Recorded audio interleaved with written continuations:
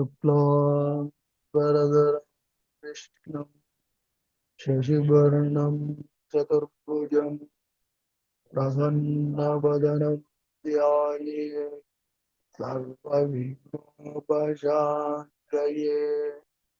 गुरुर्ब्रह्मा गुरुर्विष्णुः देवो महेश्वरः गुरुः साक्षात् परं ब्रह्म तस्मै श्री गुरवे नमः। ओम कांचीवराय विद्महे कांतरूपाय धीमहि तन्नो चंद्रशेखरेन्द्र प्रचोदयात्। ಪರಮೇಶ್ವರ ಸುರಭಿಗಳಾದ ತಮ್ಮೆಲ್ಲರಿಗೂ ನಮಸ್ಕಾರ.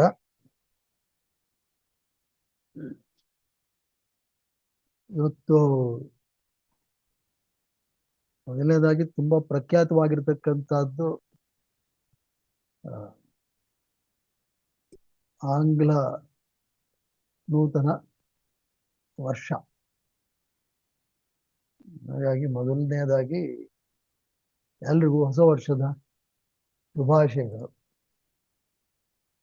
ಅದರಲ್ಲಿ ವಿಶೇಷವಾಗಿ ಇನ್ನೊಂದೇನಪ್ಪಾ ಅಂತ ಹೇಳಿದ್ರೆ, ಇದನ್ನ ಕಲ್ಪತರು ದಿನ ಅಂತ ಆಚರಣೆ ಮಾಡತಕ್ಕಂಥದ್ದು. ವಿಶೇಷವಾಗಿ ರಾಮಕೃಷ್ಣ ಮಠ ಆ ಸಂಸ್ಥೆ ಅಲ್ಲಿ ಮೊದಲಿಂದಾನು ವಾಡಿಕೆ. ಇದು ಬಹಳ ಪ್ರಸ್ತುತ ಕೂಡ. ರಾಮಕೃಷ್ಣ ಪರಮಹಂಸರು ಪ್ರಾಯಶಃ ಇಡೀ ಜಗತ್ತೇ ಕಂಡಂತ ಒಬ್ಬ ಅದ್ವಿತೀಯ ವ್ಯಕ್ತಿ. ಅಂದ್ರೆ ಅವರ ವ್ಯಕ್ತಿತ್ವವನ್ನು ಅರಿತುಕೊಳ್ಳೋದು ಅಷ್ಟು ಸುಲಭ. ಸ್ವಾಮಿ ವಿವೇಕಾನಂದರೇ ಹೇಳ್ಬಿಡ್ತಾರೆ, it is very difficult to know the depth of my guru. ಅವರೇ ಅವರ ಹತ್ರದಲ್ಲಿ ಇದ್ದಂಥವ್ರೆ. ಅಂತ ವಿಶಿಷ್ಟ ವ್ಯಕ್ತಿತ್ವ. ಅವರು ಸಾಧಾರಣವಾಗಿ ಯಾವುದೇ ಒಂದು ಉನ್ನತ ಮಟ್ಟ, ಅದರಲ್ಲಿ ವಿಶೇಷವಾಗಿ ಆಧ್ಯಾತ್ಮಿಕತೆಯ ದೃಷ್ಟಿಯಲ್ಲಿ ಉನ್ನತ ಮಟ್ಟ ಮುಟ್ಟಬೇಕಾದ್ರೆ ಅದಕ್ಕೆ ಬಹಳ ಸಾಧನೆ ಇದೆ. ಆತ ಸಾಧಿಸಿದವರು ಅನೇಕರಿದ್ದಾರೆ, ಎಲ್ಲ ಮಹಾತ್ಮರೇ. ಆದ್ರೆ ಇವ್ರದ್ದೇನಪ್ಪಾ ಅಂತ ಹೇಳಿದ್ರೆ, ಜನ್ಮದಿಂದಲೇ ಅವರಿಗೆ ಈ ಒಂದು ಆಧ್ಯಾತ್ಮಿಕತೆಯ ಅನುಭವ ಉಂಟಾಗುವಂತಹ ಸ್ಥಿತಿ ಅವ್ರಿಗೆ ಬಂದ್ಬಿಟ್ಟು, ಅವ್ರ ಬಾಲ್ಯದಲ್ಲೇ ಅನೇಕ ವೇಳೆ ಯಾವ ಒಂದು ಸಮಾಧಿ ಸ್ಥಿತಿಗೋಸ್ಕರ ಅನೇಕರು ಬಹಳ ದೊಡ್ಡ ಸಾಧನೆಯನ್ನ ಮಾಡ್ತಾರ, ಅವ್ರಿಗೆ ಜನ್ಮತಃ ಅದು ಸಿದ್ಧಿಸಿತ್ತು. ಎಷ್ಟು very easily get into state of samadhi ಅಂತ ಅದ್ಭುತವಾದಂತ ವ್ಯಕ್ತಿ ಅವರು.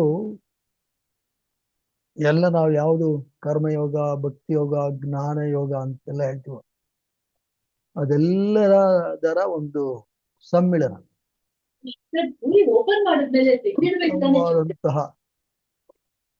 ನಿಷ್ಕಾಮವಾದಂತಹ ಕರ್ಮವನ್ನ ಮಾಡತಕ್ಕಂಥದ್ದು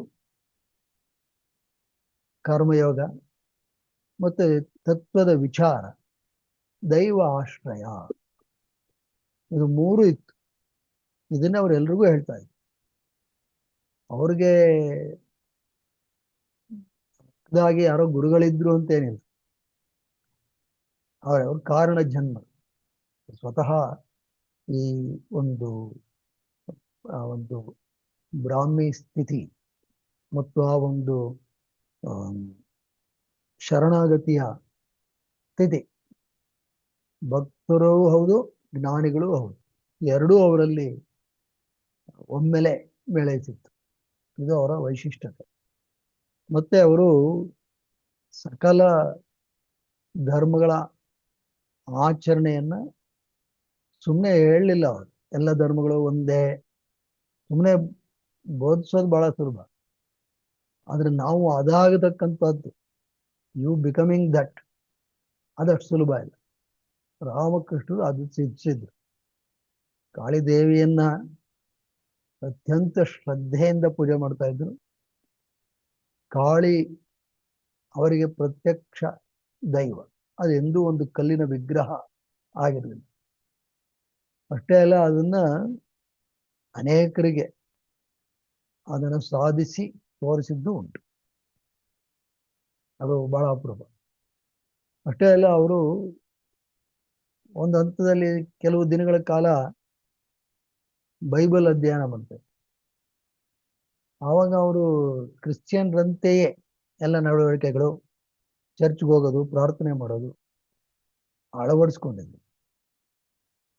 ಒಂದೆರಡು ದಿವಸ ಮುಸಲ್ಮಾನರಾಗಿದ್ರು, ಮಸೀದಿಗೆ ಹೋಗ್ತಿದ್ರು, ನಮಾಜ್ ಮಾಡ್ತಿದ್ರು, ಕುರಾನ್ ಓದ್ಕೊಂಡಿದ್ರು. ಅದೆಲ್ಲ ಅವರಿಗೆ ಬಹಳ ಸಿದ್ಧಿಸಿತ್ತು. ಅವ್ರು ಹೇಳಿದ್ ಒಂದೇನಪ್ಪ ಅಂತ ಹೇಳಿದ್ರೆ, ಮೂಲತಃ ಎಲ್ಲ ಧರ್ಮಗಳು ಒಂದೇ ಸತ್ಯವನ್ನ ಹೇಳುತ್ತೆ. ಆ ಅನುಭವ, ಆ ಒಂದು ಆತ್ಯಂತಿಕ ಅನುಭವ ಏನಿದೆ, ಬ್ರಹ್ಮಾನುಭವ, ಅದನ್ನ ಅನೇಕರು ಪಡೆದಿದ್ದಾರೆ. ಆದ್ರೆ ಅವರು ಹೇಳ್ಬೇಕಾದ್ರೆ, ಯಾಕಂದ್ರೆ ಪದಗಳಿಗೆ ಮೀರಿದ್ದು, ಹೇಳ್ಬೇಕಾದ್ರೆ ಒಬ್ಬರು ಒಂದೊಂದು ರೀತಿಯಲ್ಲಿ ಹೇಳಿದ್ದಾರೆ ಅಂತ ಹೇಳಿದ್ರು. ಆದ್ರೆ ಅದು ಕಾಲಕ್ರಮೇಣ ಏನೇನಾಯ್ತು, ಈಗ ಅದು ಯಾವುದೋ ಹಂತವನ್ನ ತಲುಪಿಬಿಟ್ಟಿದೆ. ಹಾಗಾಗಿ ರಾಮಕೃಷ್ಣ ಪರಮಹಂಸರು ನಿಜವಾಗ್ಲೂ ಇವತ್ತಿಗೆ ಅವರು ಇದ್ದಿದ್ದು ಪ್ರಸ್ತುತ. ಅವರನ್ನ ಅಧ್ಯಯನ ಮಾಡುವುದರಿಂದ ನಮ್ಮ ಅನೇಕ ಕ್ಲೇಶಗಳು, ನಮ್ಮ ಅಂತ ಹೇಳಿದ್ರೆ ಇಡೀ ಮಾನವ ಜಗತ್ತಿನ ಎಲ್ಲ ಕ್ಲೇಶಗಳು ಕಮ್ಮಿ ಆಗುತ್ತೆ. ಅದಕ್ಕೋಸ್ಕರನೇ ಅವರು ಅವ್ರು ನೋಡಿ, ಅವರೇನು ಹೆಚ್ಚು ಪ್ರಚಾರ ಮಾಡಲಿಲ್ಲ ಅಥವಾ ಎಲ್ಲೂ ಓಡಾಡಲಿಲ್ಲ. ಅವ್ರೇನು ಮಾಡೋದು ಅಂತ ಹೇಳಿದ್ರೆ, ಅದ್ಭುತವಾದಂಥ ಒಂದು ಸೈನ್ಯವನ್ನ ಸೃಷ್ಟಿ ಮಾಡಿ, ಉತ್ತಮವಾದಂತಹ ಶಿಷ್ಯ ವರ್ಗ.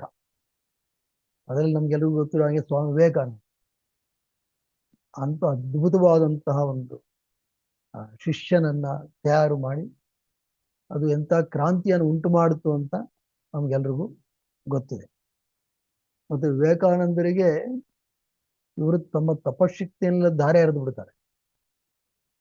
ವಿವೇಕಾನಂದರು ಕೂರಿಸ್ಕೊಂಡು ಹೇಳ್ತಾರೆ ಒಂದು ಸಂದರ್ಭದಲ್ಲಿ, ನೋಡು, ನನಗೆಲ್ಲ ಸಿದ್ಧಿಗಳು ಇದೆ,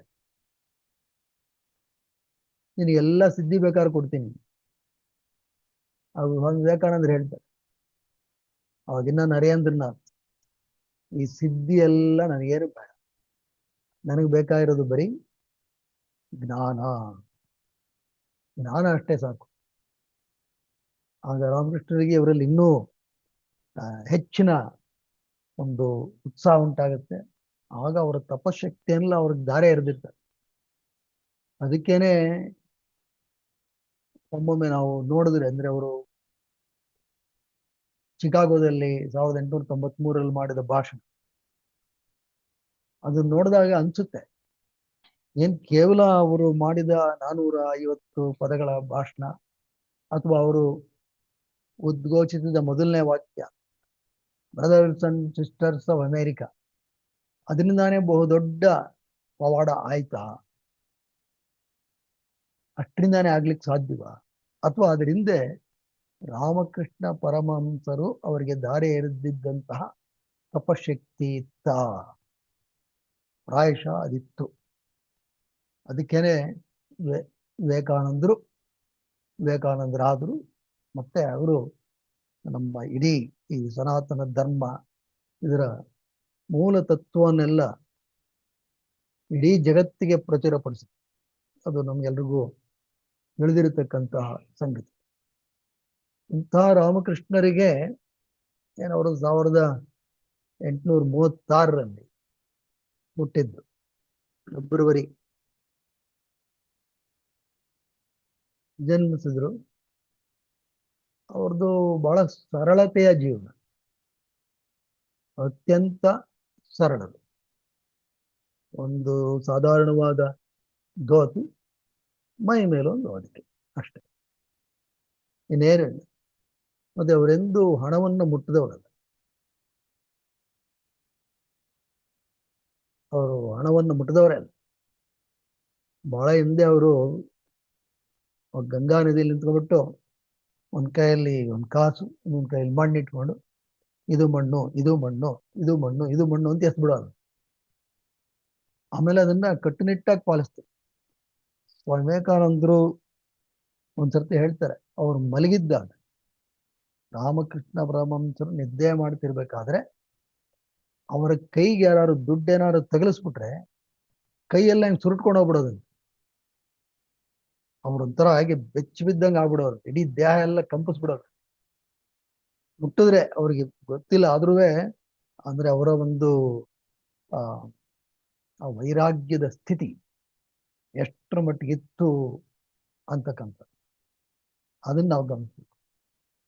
ಇವ್ರದ್ದು ಏನಪ್ಪ ವಿಶೇಷ? ಕೆಲವರೆಲ್ಲ ಕೇಳಿದ್ದಾರೆ, ಇಂತಹ ಒಬ್ಬ ವ್ಯಕ್ತಿಗೆ ಈ ಕ್ಯಾನ್ಸರ್ ಅಂತ ಸಮಸ್ಯೆ ಯಾಕೆ ಬಂತು? ಅದಕ್ಕೆ ಹಲವಾರು ಹಲವಾರು ಕಾರಣ ಹೇಳ್ತಾರೆ. ಅದಿರ್ಲಿ ಬಿಡಿ. ಅದು ಒಂದು ಏನಪ್ಪಾ ಅಂತ ಹೇಳಿದ್ರೆ, ಉದಾಹರಣೆಗೆ ಒಂದು ಘಟನೆ. ನಾವೆಲ್ಲ ಅದ್ವೈತದ ಬಗ್ಗೆ ಮಾತಾಡ್ತೀವಿ. ಅದ್ವೈತ ಅಂದ್ರೆ ಏನು? ನಾನ್ ಬೇರೆ ಅಲ್ಲ, ಇನ್ನೊಬ್ರು ಬೇರೆ ಅಲ್ಲ, ಎಲ್ಲ ಒಂದೇ ಅಂತ. ಅವರು ಅದನ್ನು ಎಷ್ಟರ ಮಟ್ಟಿಗೆ ಅವರು ಅಳವಡಿಸ್ಕೊಂಡಿದ್ರು ಅಂತ.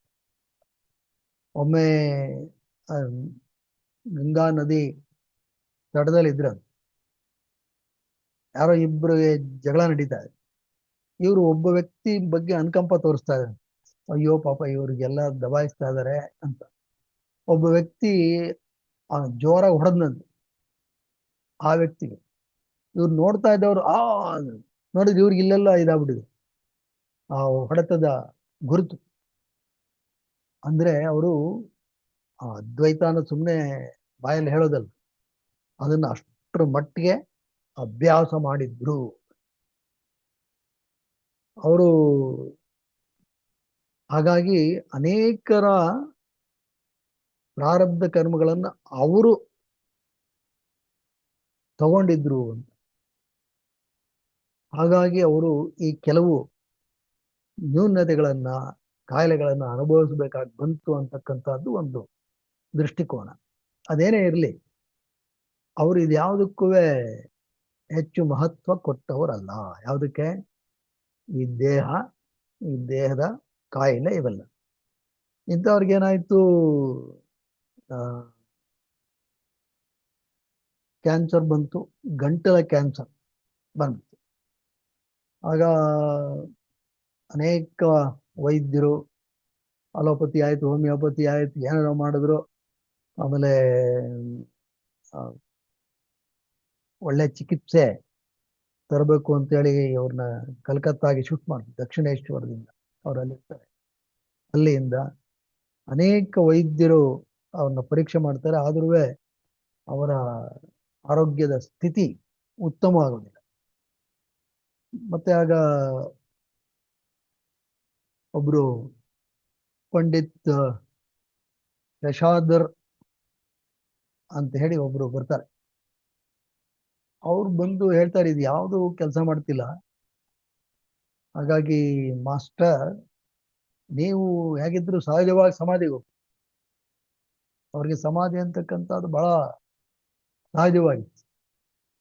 ಅವ್ರಿಗೇನು ಬೇಕಾಗಿಲ್ಲ, ಸುಮ್ಮನೆ ನರೇಂದ್ರನಾಥ್ ಅವ್ರನ್ನ ಜ್ಞಾಪಿಸ್ಕೊಂಡ್ರೆ ಸಾಕು, ಇಷ್ಟು ಕೊಟ್ಟು ಎಕ್ಸ್ಪ್ರೆಸ್ ಅವ್ರಿಗೆ ಅಷ್ಟು ಸುಲಭ ಆಯ್ತು. ಇವರು ಅಡ್ವೈಸ್ ಮಾಡಿದ್ರಂತ, ನೀವು ಸಮಾಧಿಗೆ ಹೋಗ್ತೀರಾ, ಅಲ್ಲಿ ನೀವು ನಿಮ್ಮ ಚೈತನ್ಯ ಶಕ್ತಿಯಿಂದ ಈ ಒಂದು ಕಾಯಿಲೆಯನ್ನ ವಾಸಿ ಮಾಡ್ಕೊಳ್ಳಿ, ಇರುವ ಹಾದಿ ಅದೊಂದೇ.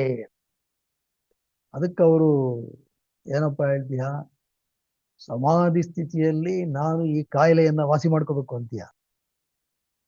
ನೋಡು, ಈ ನನ್ನ ಮನಸ್ಸನ್ನ ಎಂದೋ ಕಾಳಿಗೆ ಕೊಟ್ಬಿಟ್ಟಿದ್ದೀನಿ.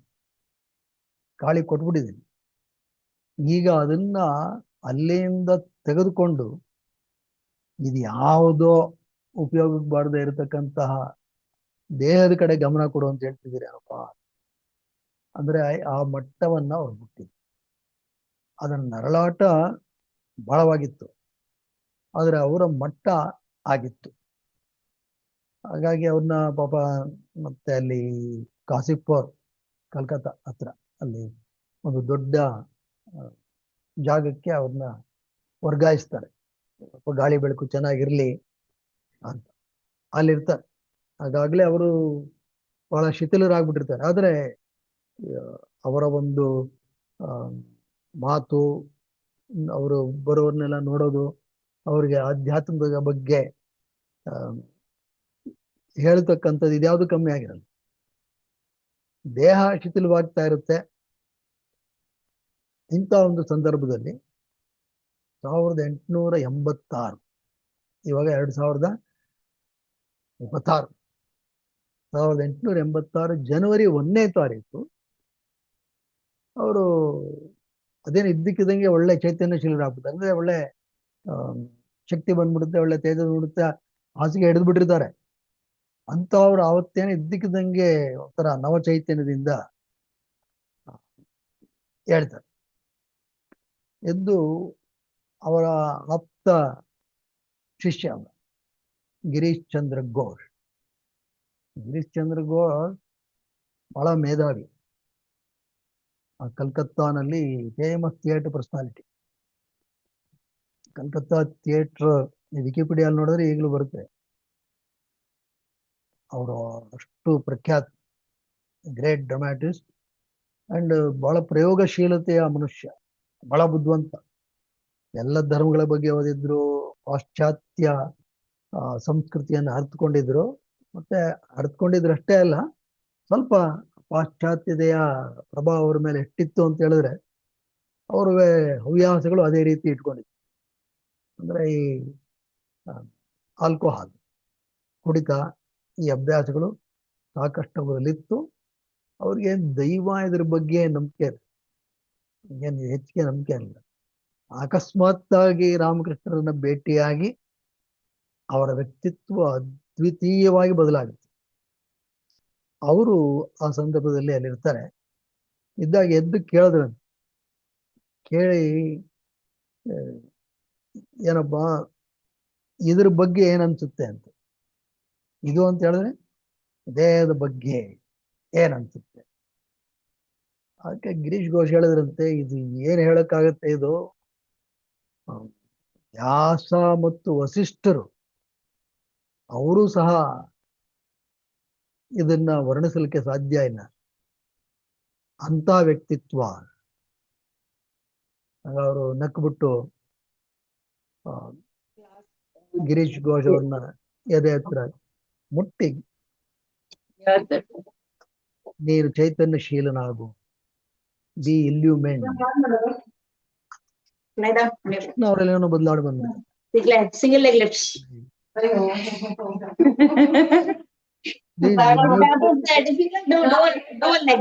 Please mute her. Please Usha mute. madam. Usha We are madam. on recording. ಅವರಲ್ಲಿ ಆ ಒಂದು ತಕ್ಷಣ ಅವರಲ್ಲಿ ಒಂದು ಚೈತನ್ಯ ಬಂದ್ಬಿಡ್ತು. ತಕ್ಷಣ ಈ ಫೆಲ್ಟ್ ದಟ್ ಬ್ಲಿಸ್, ಆನಂದ. ಯಾವ ಒಂದು ಆನಂದಕ್ಕಾಗಿ ಏನೇನೋ ಸಾಧನೆಗಳು ಎಲ್ಲ ಹೇಳ್ತೀವೋ ಅದು ಕೇವಲ ಅವರ ಒಂದು ಸ್ಪರ್ಶದಿಂದ ಇವ್ರಿಗೆ ಲಭ್ಯ ಆಯ್ತು. ಆದ್ರೆ ಇಲ್ಲಿ ನಾವು ನೋಡ್ಬೇಕು, ಆನಂದ ಅಂತ ಹೇಳಿದ್ರೆ ಪ್ರಮುಖವಾಗಿ ವಿಷಯಾನಂದ, ಇನ್ನೊಂದು ಬ್ರಹ್ಮಾನಂದ.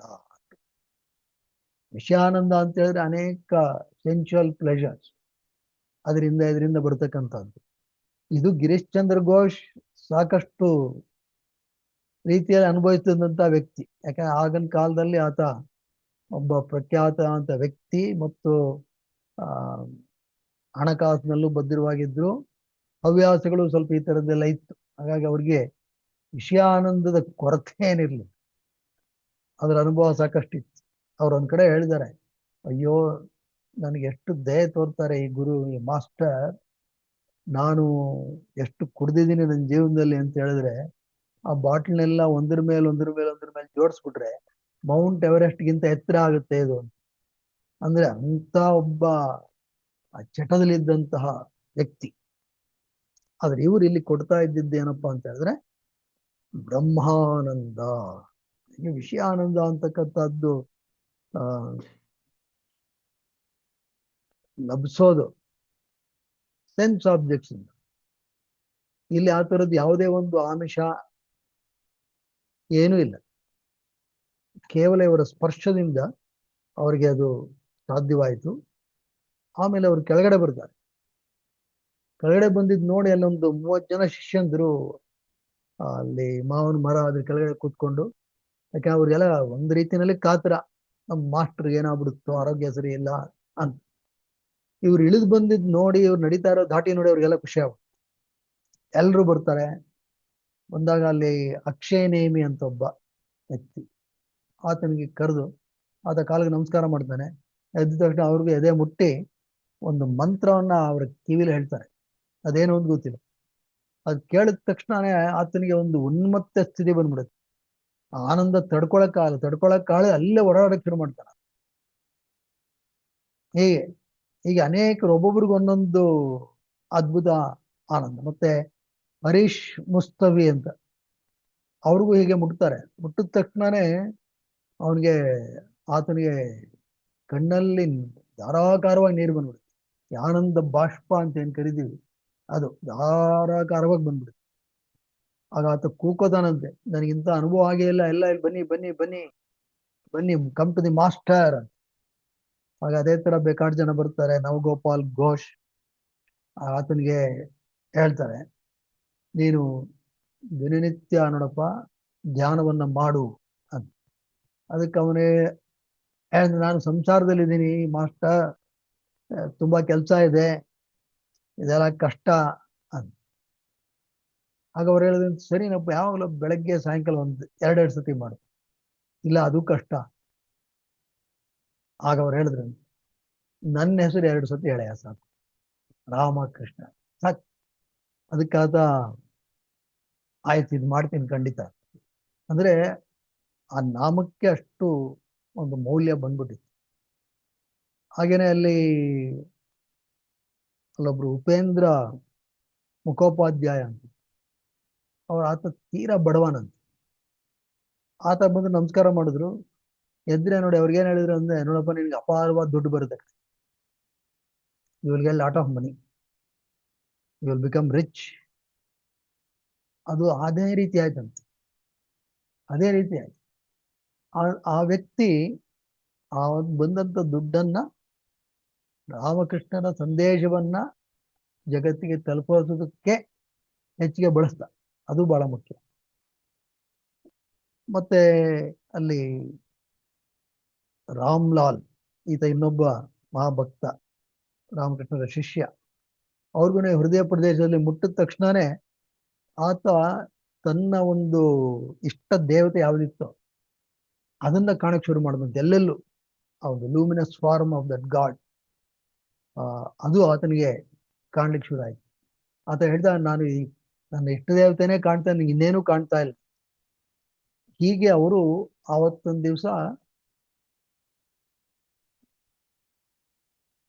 ನಾನು ದೇವರು ಅನ್ನೋದನ್ನ ಪ್ರತ್ಯಕ್ಷವಾಗಿ ಒಬ್ಬರಿಗೆಲ್ಲ ಅನೇಕರಿಗೆ ತೋರಿಸಿದಂತ ದಿನ, ಕಲ್ಪತರ ದಿನ.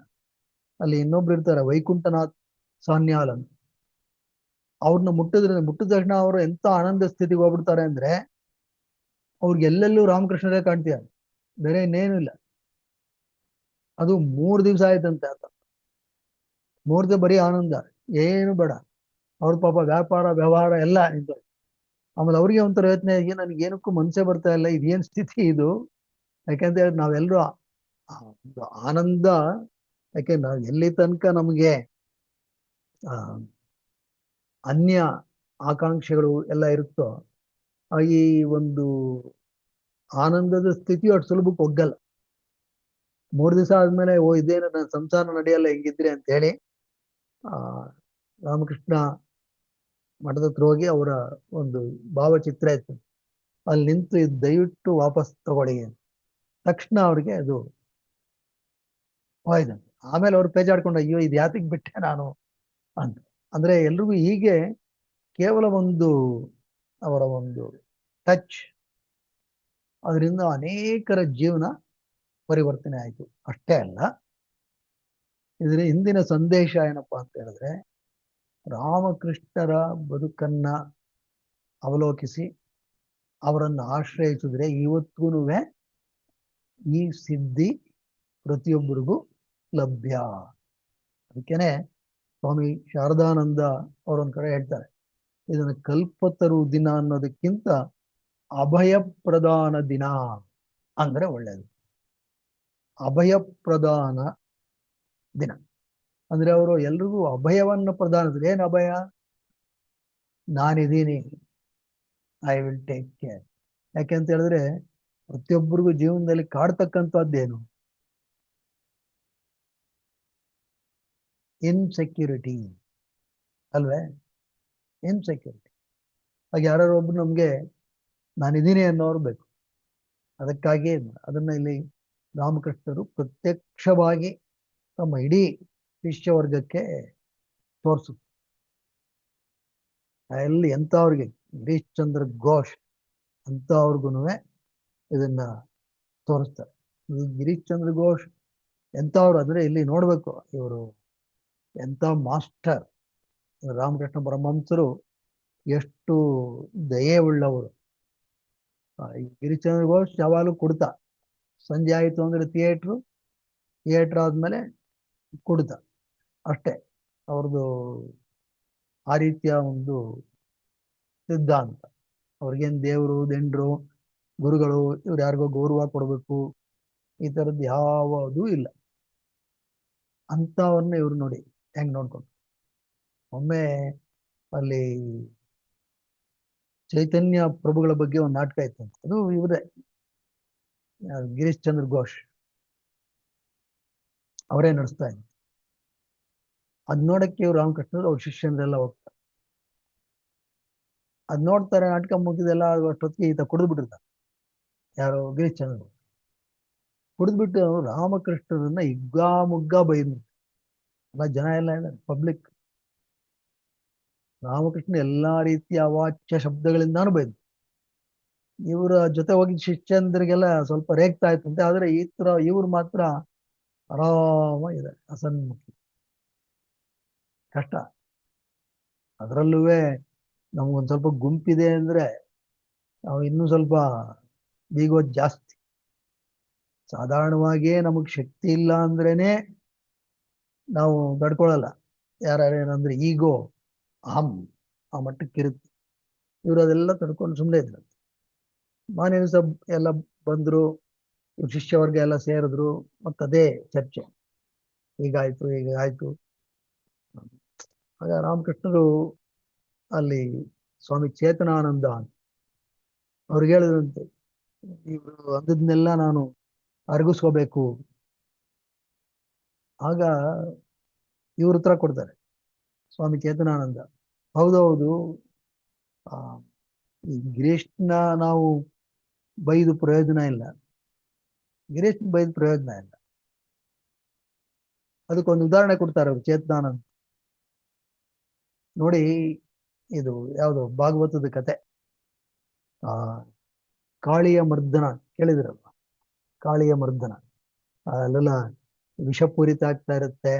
ಅಲ್ಲಿದ್ದಂತಹ ಗೋಪಾಲಕರೆಲ್ಲ ಅದನ್ನ ಸೇವಿಸಿ ಮರಣವನ್ನಪ್ಪಿರ್ತಾರೆ. ಕೃಷ್ಣ ನದಿ ಒಳಗಡೆ ಹೋಗಿ ಈ ಕಾಳಿಯ ಸರ್ಪವನ್ನು ಎಳೆತಂದು ಅದರ ಮೇಲೆ ನರ್ತನ ಮಾಡ್ತಾನೆ. ಆಗ ಕಾಳಿಯ ವಿಷವನ್ನ ಕಕ್ತಾನೆ. ಆಗ ಅಲ್ಲಿ ಕೇಳ್ತಾನೆ ಕೃಷ್ಣ, ಏನ್ ವಿಷ ಕಕ್ತಿದೀಯ ನೀನು? ಆಗ ಕಾಳಿಯ ಹೇಳ್ತಾನೆ, ಅಪ್ಪ, ವಿಷ ಕಕ್ಕದೆ ಇನ್ನೇನ್ ಮಾಡ್ಲಿ? ನೀನು ನನಗೆ ಕೊಟ್ಟಿರೋದೇ ವಿಷ. ನನಗೇನು ಅಮೃತನ ನೀನ್ ಕೊಟ್ಟಿದೀಯ? ಅಮೃತ ಕಕ್ಕಕ್ಕೆ ನೀನೇನ್ ಕೊಟ್ಟಿದೀಯೋ ಅದನ್ನೇ ಕಕ್ತಾ ಇದ್ದೀನಿ ಅಂತ ಹೇಳ್ದ. ಅಂತೆಯೇ ಈ ಗಿರೀಶ್ ಚಂದ್ರ, ಅವನಲ್ಲಿರೋದು ವಿಷಪೂರಿತವಾದಂತ ಒಂದು ಮನೋಭಾವ. ಹಾಗಾಗಿ ನಿಮ್ಮ ವಿರುದ್ಧ ಇಷ್ಟೆಲ್ಲ ಮಾಡಿದ್ದಾನೆ. ಹಾಗಾಗಿ ನಾವು ಯಾರು ಇವ್ರ ಬಗ್ಗೆ ಏನು ಮುಯಿಗೆ ಸೇಡು ತೀರಿಸಿಕೊಳ್ಳುವ ಮನೋಭಾವವನ್ನು ಬೆಳೆಸ್ಕೋಬಾರ್ದು. ಆತ ಕ್ಷಮಾರ್ಹನೇ. ಅದರಿಂದ ನಾವು ಅವರನ್ನ ಕ್ಷಮಿಸ್ಬೇಕು. ಅದ ತಕ್ಷಣ ನೋಡಿ, ಇದು ಶಿಷ್ಯ ಹೇಳೋ ಮಾತನ್ನ ಗುರು ಕೇಳೋದು ಉಂಟು. ಗುರು ಹೌದೌದು ಸರಿಯಾಗಿ ಹೇಳಿದ್ರ, ನಡ್ರಿ ಈಗಲೇ ಹೋಗೋಣ ಅವ್ರ ಮನೆಗೆ. ಇವರೆಲ್ಲ ಹೇಳಿದ್ರಂತೆ, ಇಲ್ಲ ಇಲ್ಲ ಹಂಗೂ ಮಾಡಬೇಡಿ, ನೀವು ಆರಾಮಾಗಿರಿ. ಇಲ್ಲ ಇಲ್ಲ ಇಲ್ಲ ನಾನು ಈಗಲೇ ಹೋಗ್ಬೇಕು ಅಂತ ಹೇಳಿ ಅವ್ರ ಮನೆಗೆ ಹೊರಟು ಬಿಡ್ತಾರೆ. ಹೊರಟು ಅವ್ರನ್ನ ಭೇಟಿ ಮಾಡ್ತಾರೆ. ಆಗ ಆತನಿಗೆ ಒಂಥರ, ಆಗ್ಲೇ ಆತನಿಗೆ ಎಲ್ಲ ಹೇಳಿದ್ರು, ಆ ಒಂದು ಅಮಲು ಕೆಳಗಡೆ ಇಳಿದಿತ್ತು. ಅವರು ಒಬ್ಬ ಬಹಳ ಬೇಸರ ಪಟ್ಕೋತಾರ ಅವ್ರು, ಗಿರೀಶ್ ಚಂದ್ರ ಘೋಷ್. ಇಂಥ ವ್ಯಕ್ತಿಯನ್ನ ಅವ್ರೇನ್ ಮಾಡಿದ್ರು, ಕಲ್ಪತರು ದಿವಸ ಆನಂದದ ಅನುಭವನ ಕೊಟ್ಟರು, ಅಭಯವನ್ನ ಕೊಟ್ಟರು. ಇದು ಗುರು ಕಾರುಣ್ಯ. ಇನ್ನೂ ಅನೇಕರು ಕೊಟ್ರು, ಆದ್ರೆ ಇದು ಗುರು ಕಾರುಣ್ಯ. ಇಂಥ ಒಬ್ಬ ವ್ಯಕ್ತಿಯನ್ನು ಪರಿವರ್ತನೆ ಮಾಡೋದು, ಅದು ಇವರ ವ್ಯಕ್ತಿತ್ವದ ಒಂದು ವೈಶಿಷ್ಟ್ಯ. ಇವರು ಈ ಗಿರೀಶ್ ಘೋಷ್ ಆಮೇಲೆ ಬದಲಾಗ್ತಾರೆ, ಬಹಳ ಮಟ್ಟಕ್ಕೆ ಬದಲಾಗ್ತಾರೆ ಅವರು. ಬದಲಾಗಿ ಅವರನ್ನ ಈ ಒಬ್ರು ಒಮ್ಮೆ ಸ್ವಾಮಿ ಅದ್ವೈತಾನಂದ ಅಂತ, ಅವರು 12 ಜೊತೆ ಈ ಪಂಚೆ ಮತ್ತು ಸನ್ಯಾಸಿಗಳು ತೊಡುವ ಉಡುಪು 12 ಜೊತೆ ಮತ್ತು ಒಂದು ಟೋಪಿ 12 ಜೊತೆ ತಂದು ರಾಮಕೃಷ್ಣ ಪರಮಹಂಸರಿಗೆ ಕೊಡ್ತಾರೆ. ಇದನ್ನ ಯಾರಿಗೆ ಕೊಡ್ಬೇಕು? ಆಗ ಇವರೆಲ್ಲ ಇರ್ತಾರೆ, ನರೇಂದ್ರನಾಥ್, ಬ್ರಹ್ಮಾನಂದ, ಇವರೆಲ್ಲ ಅವರೆಲ್ಲ ತೋರ್ ನೋಡಿ, ಇವ್ರು 11 ಜನ ಇದ್ದಾರೆ. 11 ಜನ ಕೊಟ್ಬಿಡಿ, ಇವ್ರಿಗಿಂತ ಈ ದಾನವನ್ನು ಸ್ವೀಕರಿಸೋದಕ್ಕೆ ಇನ್ಯಾರಿದ್ದಾರೆ ಶ್ರೇಷ್ಠ? ದಾನ ಮಾಡ್ತಾರೆ. ಇನ್ನೊಂದು ಜೊತೆ ಉಳಿಯುತ್ತೆ. ಅದಕ್ಕೆ ಇವ್ರು ಹೇಳ್ತಾರೆ, ರಾಮಕೃಷ್ಣ ಪರಮಹಂಸರು, ಅದಿಟ್ಟಿರಿ, ಇದು ಗಿರೀಶ್ ಚಂದ್ರ ಘೋಷ್, ಅವನಿಗೆ ತಲುಪಿಸ್ತೀನಿ. ಗಿರೀಶ್ ಚಂದ್ರ ಘೋಷ್ ಸಂಸಾರಸ್ಥ. ಇವ್ರು ಹೇಳ್ತಾರೆ, ಇಲ್ಲ ಇಟ್ಟಿರಿ, ಅವನಿಗೆ ತಲುಪಿಸ್ಬೇಕಿದು. ಅಂದ್ರೆ ಯಾವ ಮಟ್ಟಕ್ಕೆ ತಗೊಂಡು ಹೋಗಿದ್ರು ಅನ್ನೋದಕ್ಕೆ ಇದೊಂದು ಉದಾಹರಣೆ. ಇಲ್ಲಿ ಗಿರೀಶ್ ಚಂದ್ರ ಘೋಷ್ ಅವ್ರ ಬಗ್ಗೆ ಯಾಕೆ ಮಾತಾಡ್ತೀವಿ ಅಂತ ಹೇಳಿದ್ರೆ, ಆ ಈ ಒಂದು ಘಟನೆಯಲ್ಲಿ ಅವರು ಒಂದು ಪ್ರಮುಖ ಪಾತ್ರವನ್ನ ವಹಿಸುತ್ತಾರೆ. ಮತ್ತೆ ಈ ಗಿರೀಶ್ ಚಂದ್ರ ಘೋಷ್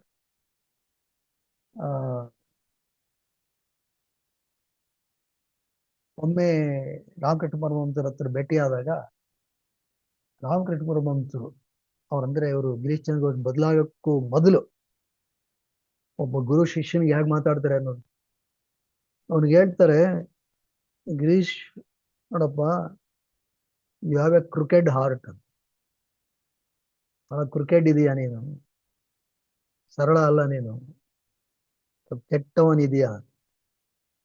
ಅವ್ರು ನೋಡಿ ಒಪ್ಕೋಬೇಕು. ಯಾರು ಒಪ್ಕೋತಾರೆ? ಹೌದು, ಐ ಆಮ್ ಕ್ರಿಕೆಟ್. ಆದ್ರೆ ಹೌ ಟು ಗೆಟ್ ರಿಡ್, ನಾನು ಇದರಿಂದ ಪರಿಶುದ್ಧ ಆಗೋದು ಹೇಗೆ? ಆಗ ರಾಮಕೃಷ್ಣರು ಹೇಳ್ತಾರೆ, ನೋಡಪ್ಪ, ಇದು ಕಷ್ಟ ಕಣೆಯ. ಈ ಬೆಳ್ಳುಳ್ಳಿ ಅಡಿಗೆ ಮಾಡಿರ್ತಕ್ಕಂಥ ಪಾತ್ರೆಯನ್ನ ತೊಳೆದ್ರೂ ವಾಸನೆ ಇರುತ್ತೆ. ಹಾಗೆ ಇದು ಅಷ್ಟು ಸುಲಭಕ್ಕೆ ಹೋಗಲ್ಲ. ಆಗ ಆತ ಕೇಳಿದಂತೆ, ಏನ್ ಮಾಡ್ಬೇಕು? ನೀವೇ ದಾರಿ ತೋರಿಸ್ಬೇಕು. ಅದಕ್ಕೆ ಇವ್ರೊಂದು ಮಾತು ಹೇಳೋದು, ಸುಡ್ಬೇಕು ಕಣೆಯ, ಸುಟ್ರೆ ಸರಿ ಹೋಗುತ್ತೆ. ಇವ್ರಿಗೂ ಗೊತ್ತಾಗ್ಲಿಲ್ಲ, ಅವ್ರಿಗೂ ಗೊತ್ತಾಗ್ಲಿಲ್ಲ. ಆಮೇಲೆ ಜೀವನ ಹಾಗೆ ನಡೀತು. ಏನಾಯ್ತು, Girish Chandra Ghosh last is wife. ಅವ್ರ ಹೆಂಡತಿ ಸತ್ತೋಗ್ತಾರೆ. ಇನ್ನೊಂದು ಮದುವೆ ಆಗ್ತಾರೆ, ಆ ಹೆಂಡತಿನೂ ಸತ್ತೋಗ್ತಾರೆ. 2 ಹೆಣ್ಮಕ್ಳು ಸತ್ತೋಗ್ತಾರೆ. ಒಬ್ಬ ಹುಡುಗ ಇರ್ತಾನೆ, ಮಗ. ಅವನು ಶಾರದಾಮಾಗೆ ಬಹಳ ಆತ್ಮೀಯತೆಯಿಂದ ನಡ್ಕೋತಾ ಇರ್ತಾನೆ, ಅವನು ಸತ್ತೋಗ್ತಾನೆ. ಸುಡೋದು ಒಂದು ಗೊತ್ತಲ್ಲ. ಈಗ ನೋಡಿ, ಗಿರೀಶ್ ಚಂದ್ರ ಘೋಷ್ಗೆ ಇಂತಹ ಒಂದು ಕಠಿಣ ಪರಿಸ್ಥಿತಿಯಲ್ಲೂ ಆತ ಧೈರ್ಯವನ್ನು ಕಳ್ಕೊಳ್ಳಿಲ್ಲ. ಇಲ್ಲಿ 2 ತರ ಇರುತ್ತೆ. ಕೆಲವ್ರಿಗೆ ಏನಾಗುತ್ತೆ, ದೈವದಲ್ಲಿ ಭಕ್ತಿ ಇರುತ್ತೆ, ಈ ತರದ್ದು ಏನಾದ್ರೂ ಸ್ವಲ್ಪ ಏರುಪೇರುಗಳಾದ್ರೆ ಆ ಭಕ್ತಿ ಅಂತಕ್ಕಂಥದ್ದು ಏನಾಗುತ್ತೆ, ಹೊಡೋಗ್ಬಿಡುತ್ತೆ. ಪ್ರಶ್ನೆ ಏನು ಅಸಲಿಗೆ ದೇವ್ರ ಇದಾನ, ಅದೇನು ವಿಚಾರದಿಂದ ಅಲ್ಲ, ಅಸಹಾಯಕತೆಯಿಂದ ಬರ್ತಕ್ಕಂಥ ಮಾತು. ಆದ್ರೆ ಇಲ್ಲಿ ಇದೆಲ್ಲ ಘಟನೆಗಳು ಬಂದಾಗ ಈ ಹಿನ್ನೆಲೆಯಲ್ಲಿ ಆತ ಪರಿಶೀಲನೆ ಮಾಡ್ಕೊಂಡು ಸುಡೋದು ಅಂದ್ರೆ ಇದು ಅಂತ ಹೇಳಿ ತನ್ನಲ್ಲಿದ್ದಂಥ ಅಶುದ್ಧತೆಯನ್ನ ಕಳ್ಕೊಂಡು ಶುದ್ಧನಾಗಿ ಬಹಳ ಒಳ್ಳೆ ಕೆಲಸ ಮಾಡ್ತಾರೆ. ಆಮೇಲೆ ಅಂದ್ರೆ ಇದು ಹೇಗೆ ಒಬ್ಬ ಶಿಷ್ಯನನ್ನ ಅವರು ಆ ಪರಿವರ್ತನೆ ಮಾಡಿದ್ರು ಅಂದ್ರೆ ಅವ್ರ ಜೀವನ ಎಲ್ಲ ಅದೇನೆ, ಪರಿವರ್ತನೆ ಮಾಡೋದೆ. ಈ ಗಿರೀಶ್ ಚಂದ್ರ ಘೋಷ್ ರಾಮಕೃಷ್ಣ ಪರಮಹಂಸರು ಇರೋ ತನಕ ಗಂಗಾ ನದಿಗೆ ಹೋಗಿ ಸ್ನಾನ ಮಾಡೋದು ಅವೆಲ್ಲ ಏನ್ ಮಾಡ್ತಿರ್ಲಿಲ್ಲ. ಒಂಥರ ನ್ಯಾಷನಲಿಸ್ಟ್, ಇದು ಹೇಳ್ತಾರಲ್ಲ ಏನು ಬುದ್ಧಿಜೀವಿಗಳು ಅಂತ, ಆ ಥರ ಬುದ್ಧಿಜೀವಿ. ಇದೆಲ್ಲ ಏನಾಗುತ್ತೆ ಏನಾಗುತ್ತೆ. ಆ ರಾಮಕೃಷ್ಣ ಪರಮಹಂಸರು ಹೋದ್ಮೇಲೆ ಅಂದ್ರೆ ಅವ್ರ ಸಮಾಧಿಯನ್ನ ಹೊಂದಿದ್ಮೇಲೆ ಪ್ರತಿನಿತ್ಯವಾಗಿ ಸ್ನಾನ ಮಾಡೋದು. ಯಾರು ಕೇಳಿದ್ರು ಇದೇನೇ ಇಷ್ಟು ಬದಲಾಗ್ಬಿಟ್ಟಿದ್ಯಾ ನೀನು, ಮೊದಲು ಹೋಗ್ತಾನೆ ಇಲ್ಲ, ಈಗ ಯಾಕೆ ಹೋಗ್ತೀಯ? ಆಗ ಹೇಳದಂತೆ ಆತ ಆತ ಹೇಳೋ ಮಾತು ನೋಡಿ ಎಷ್ಟು ಅದ್ಭುತ. ಇಲ್ಲ, ನಾನು ಈಗ ಸ್ನಾನ ಮಾಡ್ಬೇಕಾದ್ರೆ ರಾಮಕೃಷ್ಣ ಪರಮಹಂಸರ ಹೆಸರು ಹೇಳ್ತೀನಿ. I chant the name of Ramakrishna. ರಾಮಕೃಷ್ಣರ ಹೆಸರನ್ನು ಹೇಳೋದ್ರಿಂದ ನನ್ನ ದೇಹ ಶುದ್ಧಿ ಆಗುತ್ತೆ. ಈ ದೇಹ ಗಂಗೆಯಲ್ಲಿ ಸ್ನಾನ ಮಾಡೋದ್ರಿಂದ ಗಂಗೆ ಶುದ್ಧಿ ಆಗ್ತಾಳೆ. ಅದು ರಾಮಕೃಷ್ಣರಿಗೆ ಅವ್ರು ಕೊಟ್ಟಂತ ಒಂದು ಮಟ್ಟ ಅದು. ಅದಕ್ಕೋಸ್ಕರ ನಾನು ಗಂಗೆ ಶುದ್ಧವಾಗಿರ್ಬೇಕು ಅಂತ ಈ ಒಂದು ಸ್ನಾನವನ್ನ ಅಲ್ಲಿ ಮಾಡ್ತೀನಿ ಅಂತ. ಆಮೇಲೆ ಅವರು ಪರಿವರ್ತಿತರಾಗಿ ನಿರಂಜನಾನಂದ ಅಂತೇಳಿ ಅವ್ರ ಹತ್ರ ಬಂದು ನನಗೆ ಸನ್ಯಾಸ ಕೊಟ್ಬಿಡಿ ಅಂತ. ಅದಕ್ಕೆ ಇವ್ರು ಹೇಳ್ತಾರೆ, ನೀನು ಗೃಹಸ್ಥ, ನೀನು ಸನ್ಯಾಸ ಕೊಡೋದೇನು, ತಗೋ ಈಗಾಗಲೇ ನಿನಗೆ ರಾಮಕೃಷ್ಣರು ಈ ಕಾಷಾಯ ಬಟ್ಟೆ ನಿನಗಾಗಿ ಮೀಸಲಿಟ್ಟು ಕೊಟ್ಬಿಟ್ಟಿದ್ದಾರೆ. ಅದ್ರ ಅರ್ಥ ಏನು, ನಿನಗೆ ಆ ಒಂದು ಸ್ಥಿತಿ ಬಂದ್ಬಿಟ್ಟಿದೆ ಅಂತ. ಆಮೇಲೆ ಅವರು ಮಾ ಶಾರದಾ ಹತ್ರ ಹೋಗಿ ಅಲ್ಲಿ ಅವರ ಸಾಧನೆಯನ್ನ ಮಾಡ್ತಾರೆ. ಅದು ಅವ್ರದ ಒಂದು ಇಲ್ಲಿ ಮಾ ಶಾರದಾ ಅವ್ರೂ ಎಷ್ಟು ಅದ್ಭುತ. ಯಾಕೆಂದ್ರೆ ನಮ್ಗೆಲ್ಲರಿಗೂ ಯಾರಿಗೇ ಆಗ್ಲಿ ಮೊದಲು ಆಕರ್ಷಣೆ ಆಗ್ತಕ್ಕಂಥದ್ದು ಸ್ವಾಮಿ ವಿವೇಕಾನಂದ. ಅಂದ್ರೆ ಈಗ ನಾಳೆ ನೋಡಿದ್ರೆ, ಈಗ ನಮ್ದೇ ನೋಡಿದ್ರು ಮೊದಲನೇ ಆಕರ್ಷಣೆ ಸ್ವಾಮಿ ವಿವೇಕಾನಂದ. ಆಮೇಲೆ ಸ್ವಾಮಿ ವಿವೇಕಾನಂದರು ನರೇಂದ್ರನಾಥ್, ಸ್ವಾಮಿ ವಿವೇಕಾನಂದರು ಹೇಗಾದ್ರು, ಯಾಕೆಂದ್ರೆ ನರೇಂದ್ರನಾಥ್ ಆಗಿದ್ದಾಗ ಇವ್ರುವೆ ಏನು ದೈವದಲ್ಲಿ ಅಲ್ಲೆಲ್ಲ ಇವ್ರಿಗೆ ನಂಬಿಕೆ ಇರಲಿಲ್ಲ. ಯಾರಿಗೆ? ನರೇಂದ್ರನಾಥ್ ಅವ್ರಿಗೆ. ಆಗ ಬ್ರಹ್ಮೋ ಸಮಾಜ್ ಅಲ್ಲಿ ಬಹಳ ಪ್ರಚಲಿತವಾಗಿತ್ತು. ಬ್ರಹ್ಮ ಸಮಾಜ ಏನಂತ ಹೇಳಿದ್ರೆ ಅಲ್ಲಿ ಬ್ರಹ್ಮ ಒಂದೇ, ದೇವರು ಅಂತಕ್ಕಂಥದ್ದು ಇಲ್ಲ. ನಾವು ಯಾವುದೋ ಒಂದು ಆಕಾರ ಇರತಕ್ಕಂತಹ ಆಕಾರ ಸಗುಣ ದೇವರು ಇಲ್ಲ. ಅದನ್ನೇ ಅವರು ಆ ಒಂದು ಇದರಲ್ಲಿ ವಿಶ್ವಾಸದಲ್ಲೇ ಇದ್ರು. ಅವ್ರಿಗೆ ಆಗ ವಿವೇಕಾನಂದರಿಗೆ ಅಂದ್ರೆ ನರೇಂದ್ರನಾಥ್ ಆಗಿದ್ದಾಗ ಅಲ್ಲೆಲ್ಲ ಇದ್ದಂತ ಬಡತನ ಎಲ್ಲ ನೋಡಿ ಇಷ್ಟು ನರಳಾಟ ಇದೆ, ದೇವರಲ್ಲಿದ್ದಾನೆ ಅಂತ. ಅದು ಅವರೆಲ್ಲರೂ ಯಾವಾಗ ಅಲ್ಲಿ ರಾಮಕೃಷ್ಣ ಪರಮಹಂಸರ ಬಳಿ ಬರೆದಾಗ್ಲೂ ಅವ್ರದ್ದು ಇದೇ ಇತ್ತು, ಎಲ್ಲಿದ್ದಾನೆ ದೇವರು? ಅವ್ರ ಶಿಷ್ಯಂದ್ರನ್ನ ಕರೆದು ಇವರು ಅದೇ ಆರ್ಗ್ಯುಮೆಂಟ್, ಇವ್ರಿಗೆ ದೇವರು ಎಲ್ಲಿದ್ದಾನೆ. ಆಮೇಲೆ ಪರಿವರ್ತನೆ ಕಾಲ ಬಂತು, ಅವ್ರಿಗೆ ಪರಿವರ್ತನೆ ಬಂತು, ಕಳೆದ ಬಾರಿ ಇದ್ರ ಬಗ್ಗೆ ಹೇಳಿದ್ವಿ. ಆಮೇಲೆ ನಾವು ನೋಡೋದು ವಿವೇಕಾನಂದರು ಆ ಒಂದು ವ್ಯಕ್ತಿತ್ವ ಗಟ್ಟಿಗೊಳ್ಳೋದಕ್ಕೆ ಅದ್ರ ಹಿಂದೆ ಇರತಕ್ಕಂಥವ್ರು ರಾಮಕೃಷ್ಣ ಪರಮಹಂಸರು. ಅವ್ರ ಕಡೆ ನೋಡಿ, ರಾಮಕೃಷ್ಣ ಪರಮಹಂಸರ ಕಡೆ ನೋಡಿದ ಮೇಲೆ ಇವ್ರು ಯಾರು? ಮಾ ಶಾರದಾ ನೋಡಿ. ಅಲ್ಲಿ ನೋಡಿ, ಅಲ್ಲಿ ಒಂದು ಅತ್ಯಂತ ಗಾಢ ಸತ್ಯದ ಒಂದು ಅರಿವು ಅಲ್ಲಾಗುತ್ತೆ.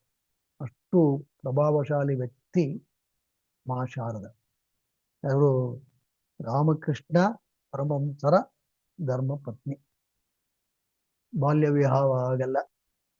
ಅಲ್ಲಿ ಆಕೆ ಬಂದಾಗ ಅವ್ರು ಕೇಳ್ತಾರೆ ಯಾವ ರೀತಿ ಇರಬೇಕು. ರಾಮಕೃಷ್ಣರು ಬಹಳ ಸ್ಪಷ್ಟವಾಗಿ ಹೇಳ್ತಾರೆ, you are like divine mother, ಅಷ್ಟೇ.